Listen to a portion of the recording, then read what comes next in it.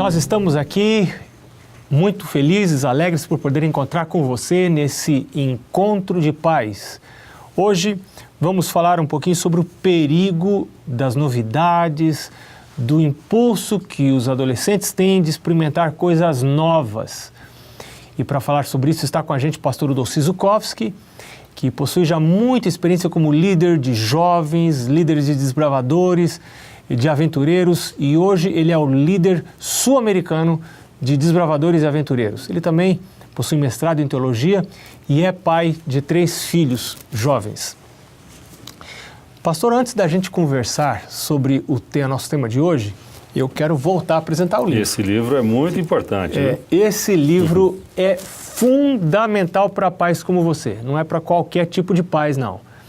Pais e mães como você, que está aqui com a gente, com a mesma preocupação que nós temos preocupação em relação à próxima geração. Nós, diante de Deus, somos responsáveis por preparar a próxima geração para andar nos caminhos do Senhor. E para esse tipo de pais, esse livro é fundamental. Você encontra o livro Orientação da Criança no site que aparece agora aí na sua tela. Pastor, com que idade começa aumenta? Porque toda criança tem o gosto por novidade, por coisas novas. Mas em que idade, especialmente, isso pode ficar perigoso? Os nossos filhos, a partir da idade escolar, eles estão expostos a uma situação que é fora do nosso controle, assim. Estão na escola, você tem outros meninos lá, outras meninas. Já não estão debaixo da barba da gente, exatamente, dos olhos da gente, então, né? Já começa essa história de experimentar alguma coisa diferente, etc. Mas a idade clímax de experimentação, que realmente ele quer ser adulto, mas não é adulto, ele é criança, e ele está numa fase de transição, é a idade dos 13 anos. Na maioria das vezes é 13 anos. Alguns começam um pouco mais cedo, outros mais tarde, mas 13 anos é a idade da experimentação. Por quê? Porque a gente sabe que de 13 a 15, quem é mais importante para ele não é mais o professor, nem o pai, nem o pastor, ou o líder religioso, ou um vizinho, ou que seja um jogador de futebol, que seja. A partir dos 13 anos, a importância é dos amigos.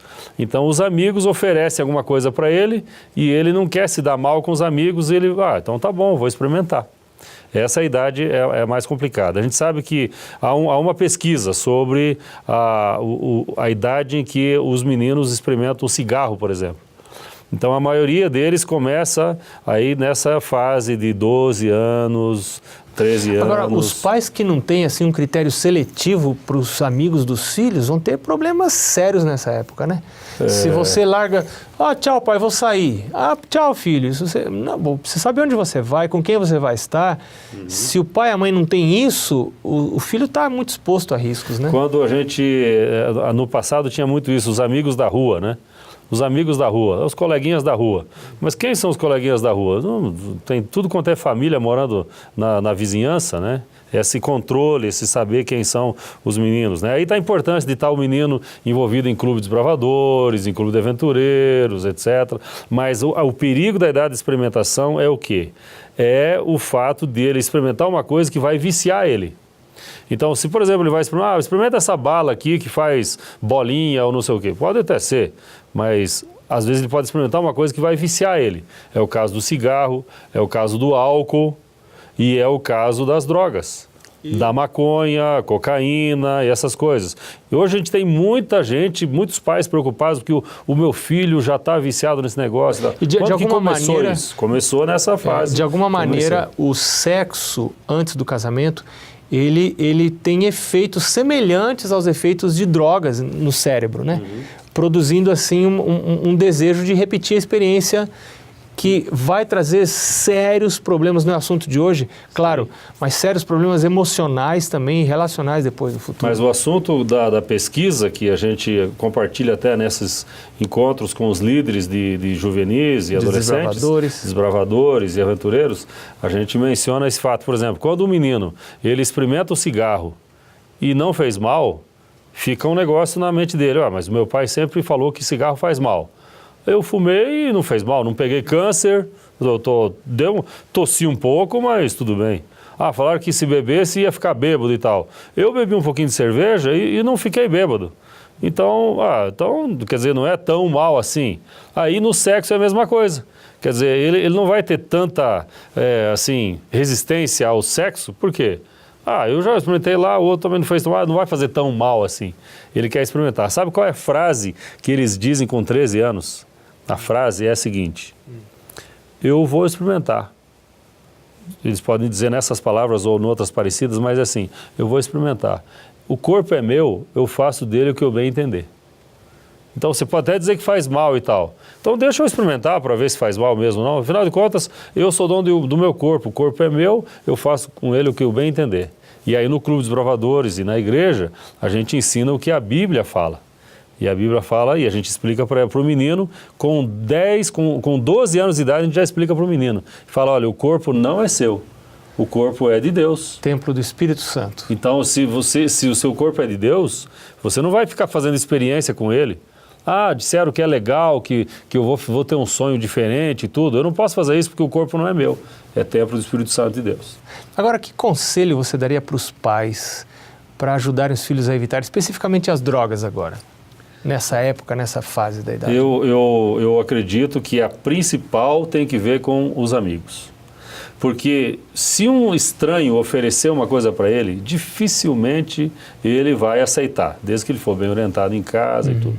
Mas dizer não para um amigo é muito difícil. A força do grupo é muito grande. Então, eu vou mencionar um fato, assim, rápido para ter uma noção. Ele me disse, um líder, me disse o que aconteceu quando ele era dessa idade. Ele falou assim, eu estava entre os amigos e tudo lá e tal, e aí eles começaram a fumar maconha. E foi passando um para outro e tal. E eu falei assim, eu pensei, eu não vou fumar esse negócio, não preciso disso. Ele nem era de uma família religiosa, mas tinha educação de casa, de que isso faz mal e tudo. E ele pensando, não vou experimentar. Foi um passando para o outro e tudo, cada um dando uma tragada, uma coisa assim. Quando chegou nele, ele também fumou a maconha.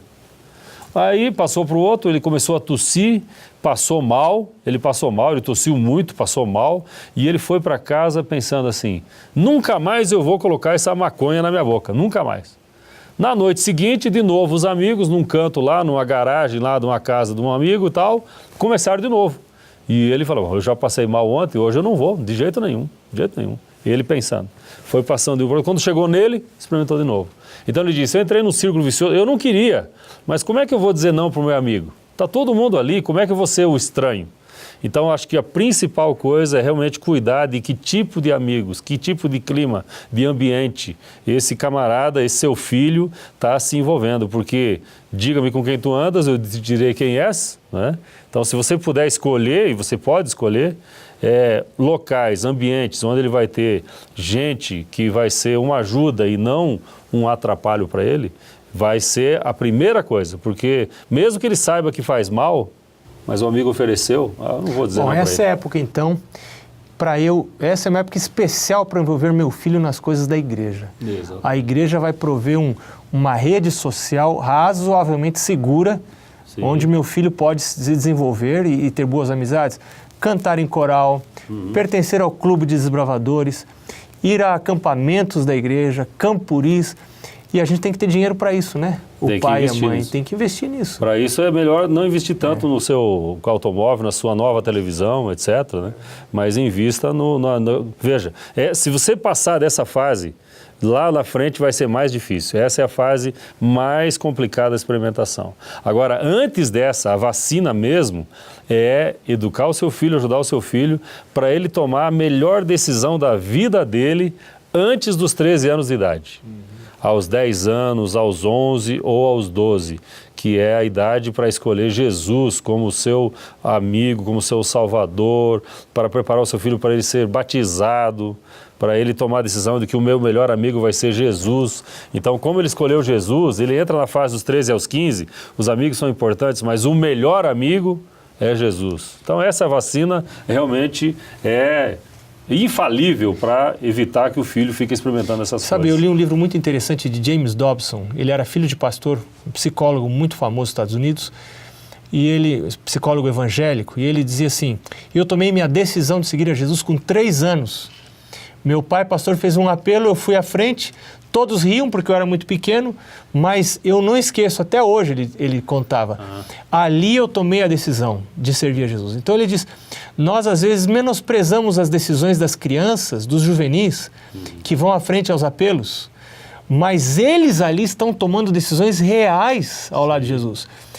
E aí ele diz assim, pais devem convidar os filhos a aceitar a Jesus. Depois que eu li esse livro, eu comecei a fazer convites para as minhas filhas, porque eu descobri que essa não era uma responsabilidade da igreja, nem da escola adventista. Essa é uma responsabilidade minha como pai, de fazer apelo para que os meus filhos aceitem a Jesus como Salvador dele e passem ao batismo, né? Agora você imagina quando esse filho tiver alguém que vai oferecer alguma coisa para ele, que é errado, que é negativo, que viu que é um vício, uma coisa assim, ele não vai ter muita dificuldade para dizer não, porque ele já se entregou para Jesus, ele já é uma pessoa que tem uma experiência com Jesus, e eu acho que essa realmente é onde a gente deve investir. Qual é a coisa mais preciosa da sua família? Não é os seus filhos? Então vamos gastar menos tempo com outras coisas e vamos investir nesse que vai dar o resultado que não é só para agora, mas que é para sempre. Agora, mais um ponto que nós estávamos conversando, eu achei muito interessante a sua opinião antes do programa, é sobre a questão dos hábitos de temperança em outros aspectos da família, como por exemplo a alimentação. E nós estávamos conversando sobre isso, né? Sim. Se você permite que seu filho coma fora de hora, como o que ele quiser, a hora que quiser, ou seja, o meu desejo é a lei.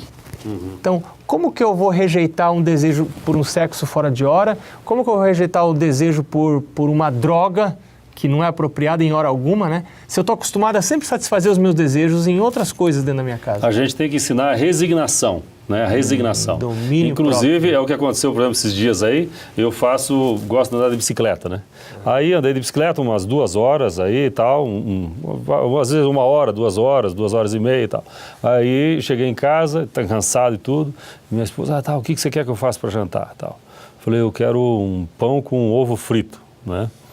E ela, pão com ovo frito? É, pão frito. Você quer isso? Quero. Então vou fazer. Não faz não. Ué, mas você não quer? Não, eu quero, mas não vai fazer. Mas como assim? Não, porque se eu fiz o meu exercício, eu estou querendo aí emagrecer. Você perguntou e tal. O que eu queria, né? Eu quero isso, mas eu não vou querer, porque eu sei que isso não vai ser o melhor para mim. Educar isso com as crianças, né? Você até quer agora a bala, o sorvete, o chocolate, mas não vai ser o melhor agora, então vamos dizer não, vamos aprender a dizer não.